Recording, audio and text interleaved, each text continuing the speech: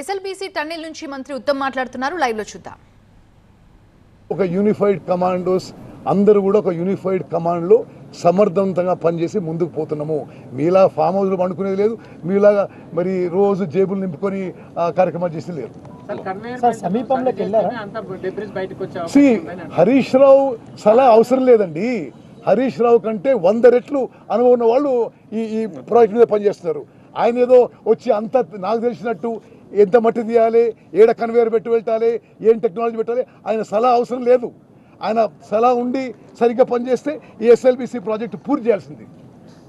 వదిలిపెట్టిపోయి ఈరోజు ఉచిత సలహాలు అవసరం లేదని చెప్పండి.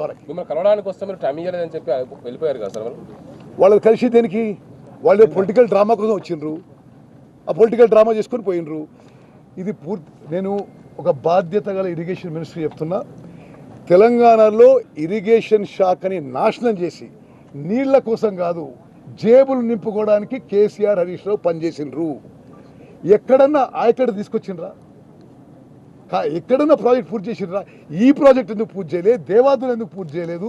పాలమూరు రంగారెడ్డి ఎందుకు పూర్తి చేయలేదు? సీతారాం సాగర్ ఎందుకు పూర్తి చేయలేదు? కట్టిన కాళేశ్వరం ఎందుకు కూలిపోయింది? సిగ్గుండాలి మాట్లాడడానికి.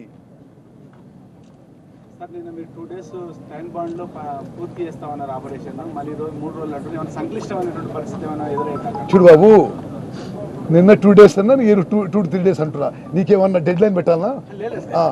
దాంట్లో మీకేమన్నా ఇంకా ఇబ్బంది అంటే నేనేమంటున్నా, it is a natural accident.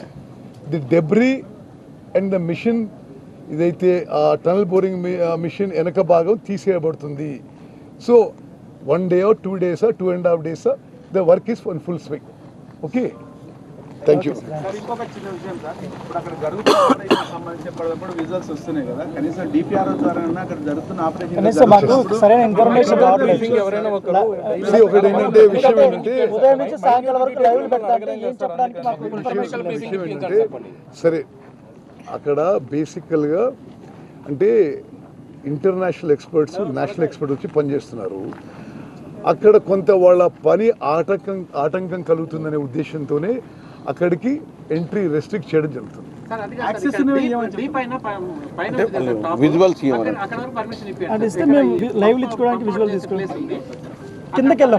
సరే, నేను I will talk to the concerned officials and try to solve it. Technical evidence No, see, why are you concerned about technical deep inside what is it? misinformation is there, sir. To conquer the misinformation, we need to get. See, one thing I can tell you. ఒక్కొక్కరు sir plasma cutter ఒకరు రాస్తారు, అట్లా ఉంటుంది కదా, మనం దాన్ని counter చేయాలి. మొత్తం భారతదేశంలో మోస్ట్ కాంప్లికేటెడ్ టనల్ యాక్సిడెంట్ ఇది. ఓకే, ఇది వాళ్ళందరూ కూడా దేశంలో వేరే చోట పనిచేసి వచ్చినవాడు.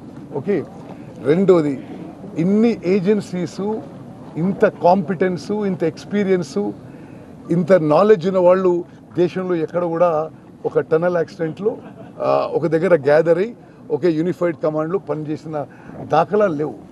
ఇటువంటి చోట వచ్చి వాళ్ళు సెల్ఫ్లెస్గా వాళ్ళ ప్రాణాలు రిస్క్ చేస్తూ పనిచేస్తుంటే ఎవరో వచ్చి ఉచిత సలహాలు ఇవ్వడం ఇది సరైన విషయం కాదు.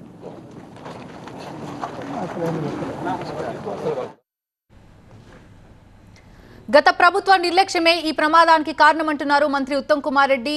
ఎస్ఎల్బీసీ టన్నెల్ ప్రమాదంపై ఆయన స్పందించారు. గత ప్రభుత్వ నిర్లక్ష్యమే ఈ ప్రమాదానికి కారణమని చెప్తున్నారు. అంతేకాదు, కొండగట్టులో బస్ యాక్సిడెంట్ జరిగినప్పుడు అప్పుడున్నటువంటి ముఖ్యమంత్రి కేసీఆర్ వెళ్లారా అని ప్రశ్నిస్తున్నారు. బీఆర్ఎస్ తీరు సరిగా లేదు, బీఆర్ఎస్ ఓవర్ యాక్షన్ చేస్తుందని మండిపడ్డారు మంత్రి ఉత్తమ్ కుమార్ రెడ్డి.